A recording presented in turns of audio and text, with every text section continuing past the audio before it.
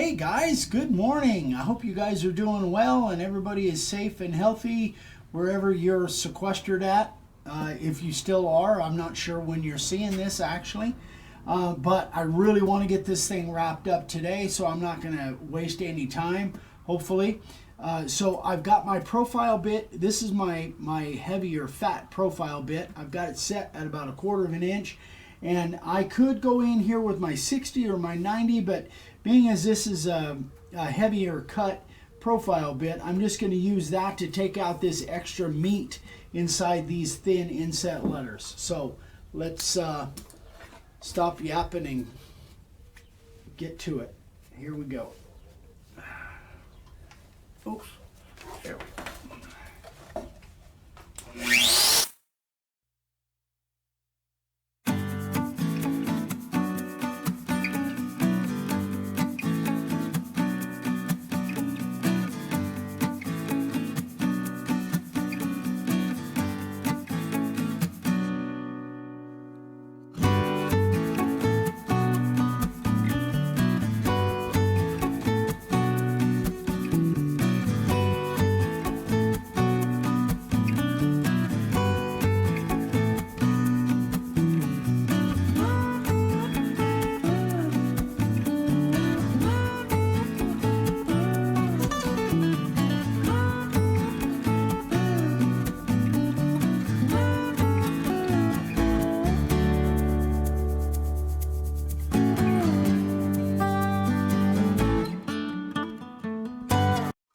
So, let me go over something real quick. Every once in a while, I get somebody say, "Why do you use a V groove on that, and why don't you use a flat bottom to take all of that out?"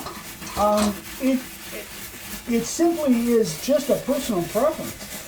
I like letters that have some texture down in them, or I like a background that has texture to it. Rather than being flat back there. But there's some people that like the clean look of being flat back there. That's just not my preference. So that's why I do it with a texture. So what we'll do, I'm going to come back with my 90-degree bit and we're going to take out all of this extra meat in here and in the tree. So we'll be right back. Alright guys, so I've got my 90-degree V-groove in. That's what I use for my background, and I'm set at about 1/4 of an inch, just a little bit less. I think that should be about right. And we'll just, again, using the texture that I like, we'll take care of all of that meat inside that ring. Here we go.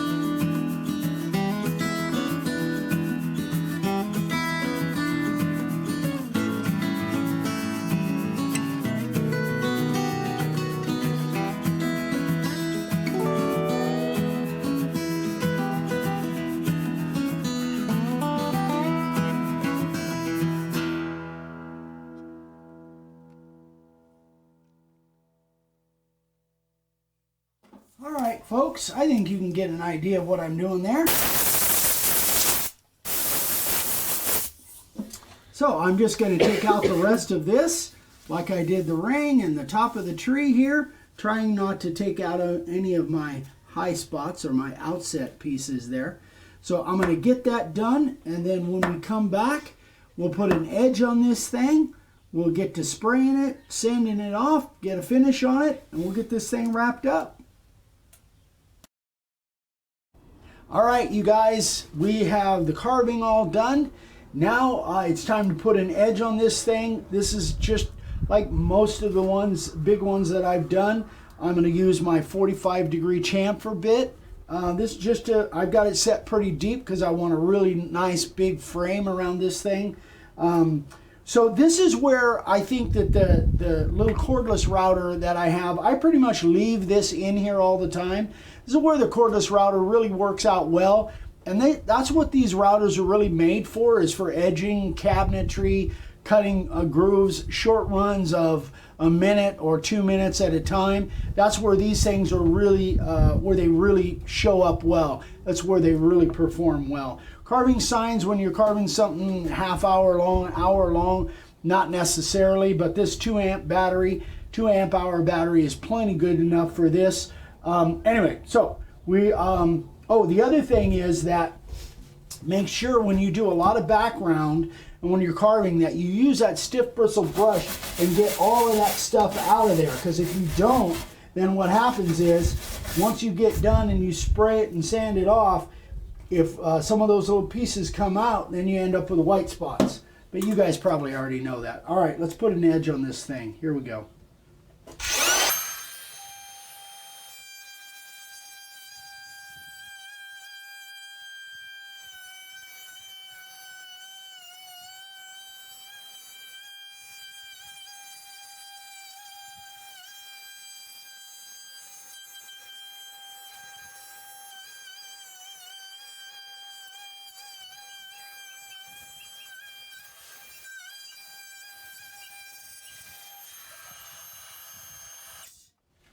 All right, so one thing I wanted to mention, you guys are probably wondering, why do I have pieces of masking tape on here?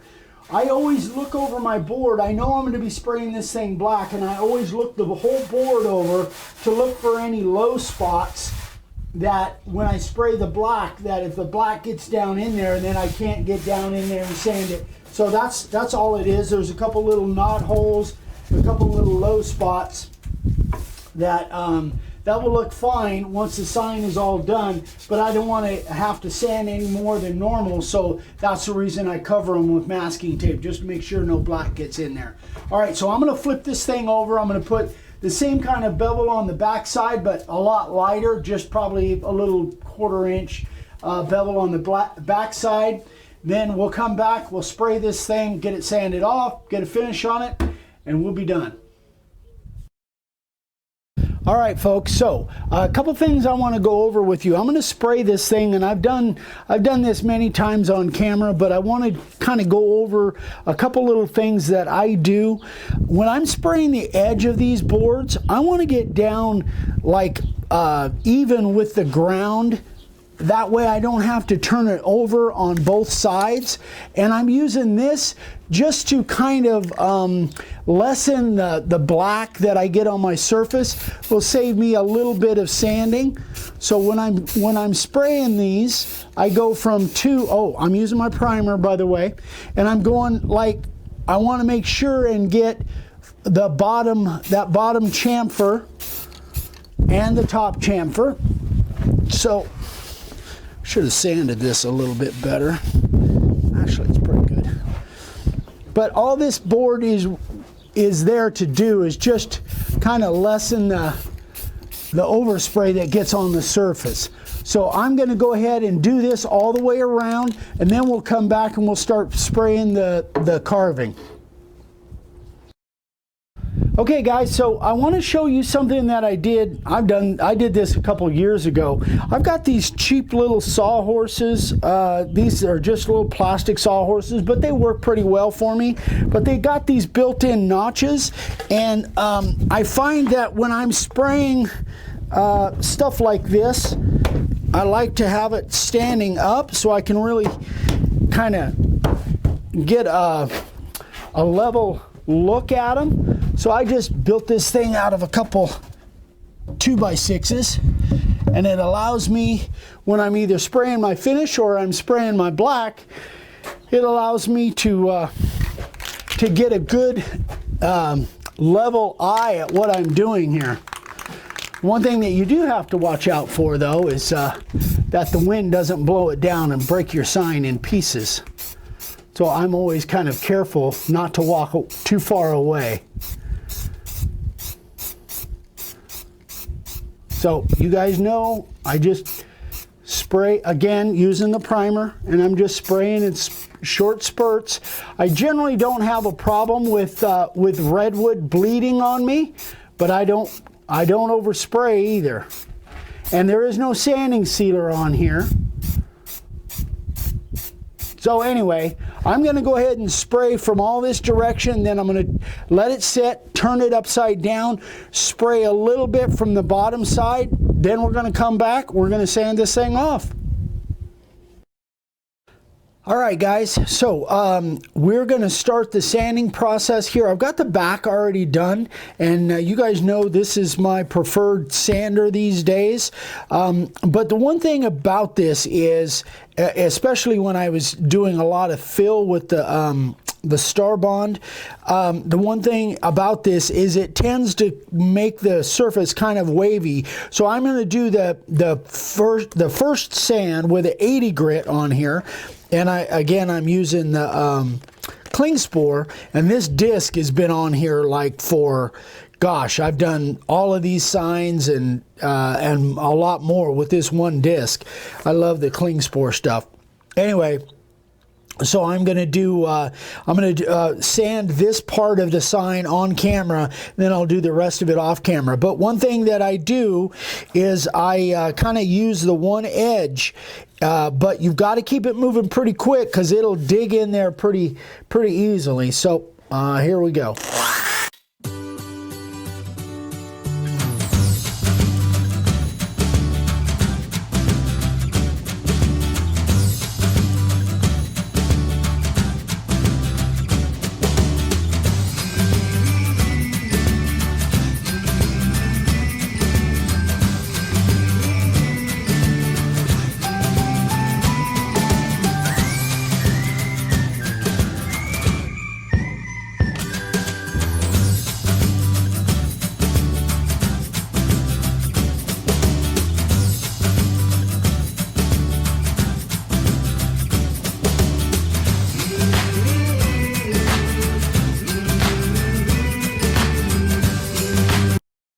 So you really got to be careful when you're in here and sanding off those little islands.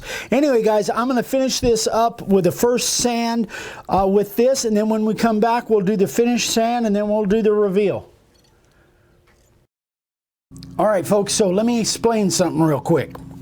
I need to explain. So if I was doing a tabletop, and you guys have heard me say this before, but in case you haven't heard me say this, if I was doing a tabletop or something that needed a perfectly smooth top, I probably would not use this. I use this as my rough sand to get off almost all of my black.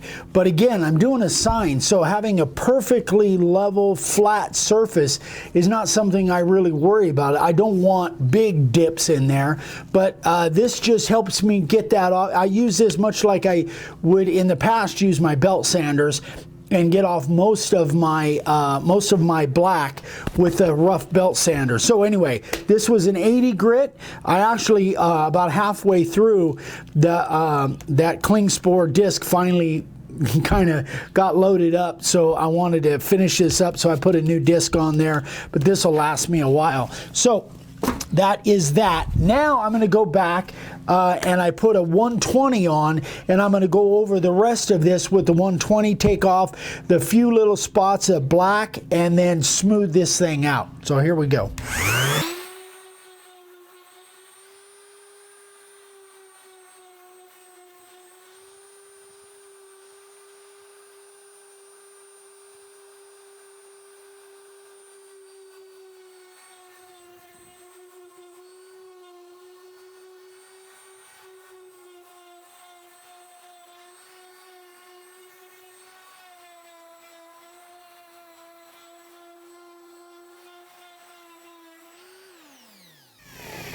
All right, guys, I'm going to go ahead and finish this whole thing up with this 120, and then we'll come back and we'll do the reveal.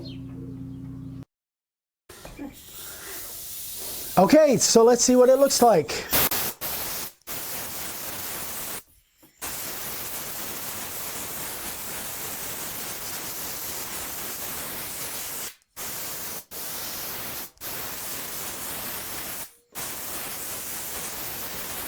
Got a couple high spots in there where I kind of dipped the sander a little bit, I think, but all in all, looks pretty good. So I'm going to take a Sharpie. Oh, by the way, I discovered a trick the other day. Hang on just a second. Let me show you something. I found that if the one that I did the other day, if I had a white spot that was down in a real tight area, I don't know, this is just one of those toothpick floss things. Rather than trying to get a Sharpie down into a real tight spot, you could just spray the end of this thing and then put it back in there, and you can get into some real tight spots. Kind of a neat little thing. In the past, I've always like made my own toothpicks or cut off pieces of wood or whatever. All right. Yes. I hear. What's this noise I hear? Vicky's snapping at me. What a shock. So I'm going to grab a Sharpie and I'm going to touch these little high spots, and then I'm going to set up, and we'll come back and we'll spray some Czar on this thing. So we'll be right back. All right, folks, so we're just about to put the finish on the front. I want to go over a couple things just briefly. So I am using my Critter sprayer. You guys know that I love this thing. And I find that this Czar, I'm right around 65 to 75 pounds is what seems to work best for me. One thing that I did want to share with you is the jar that I had my Czar in. I don't know if you can see that, but it kind of started solidifying in there a little bit. So I put it in a new jar, and this is something that I have done before, but I've never really talked about. So use these every once in a while, not all the time, but every once in a while. Get the lumps out of your Czar, because it will get lumps in it. And I actually strained. This is strained out of my original jar, and I got actually quite a bit out of there. So, you know, do that on a regular basis. It's a good idea. And then, oh, also, just remember this little bottle brush. I don't know if you can see that. That little bottle brush. Hold on.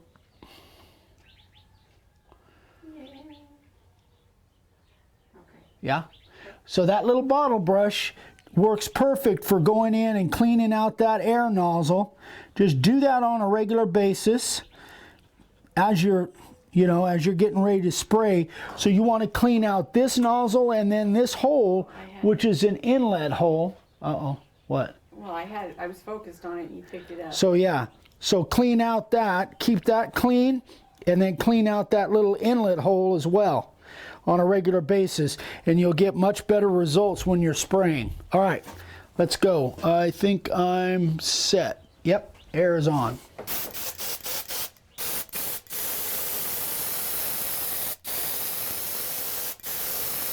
I think my air dropped down a little bit. It did, yeah. So I'm going up to about 70 there. Yeah, I like that a little bit better.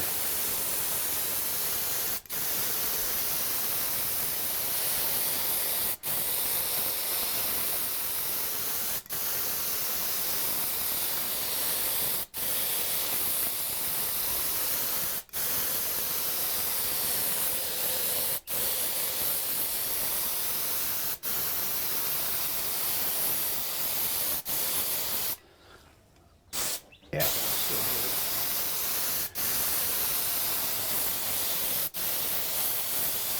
So as I'm spraying this, guys, I'm going to go ahead and probably put, I'm not going to do it on camera, but I'll probably put at least 3 or 4 coats on this thing. Lightly sanding, hand sanding in between, because you know this, anytime you put a finish on a board, it raises the grain.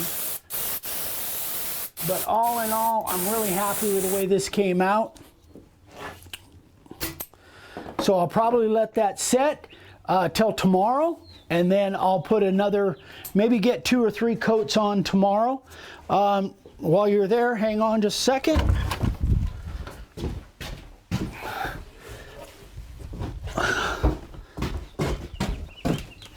So this is how the other one came out.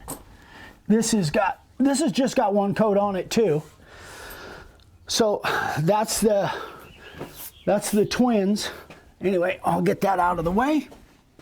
Am I messing you up, babe? Okay.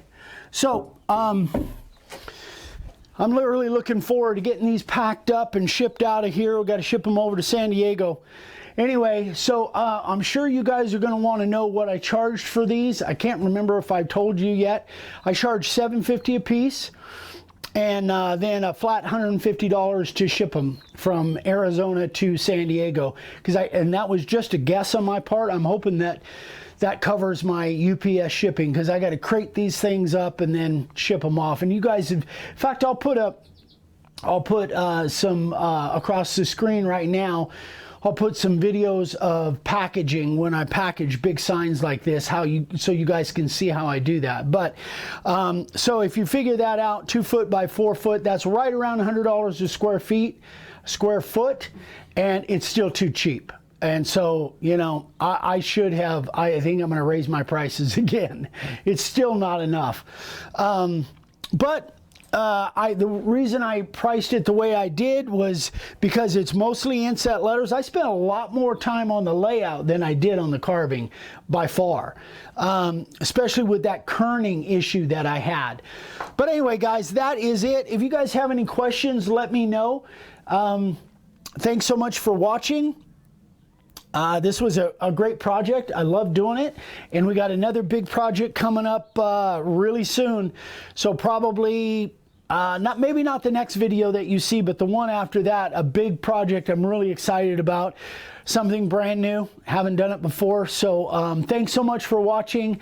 This one I think was a little bit shorter than the last video, which was like a marathon. But anyway, we love you guys. If you haven't subscribed yet, we'd love for you to subscribe and click that little bell icon, because we do 4 new videos every week. And if you have any questions, eric@makeawoodsign.com. If you have any questions for Vicky, it's vicky@davesigns@gmail.com. Our website is back there if you need any supplies. I'm out of words. So we love you, and we'll see you on the next one. Bye-bye.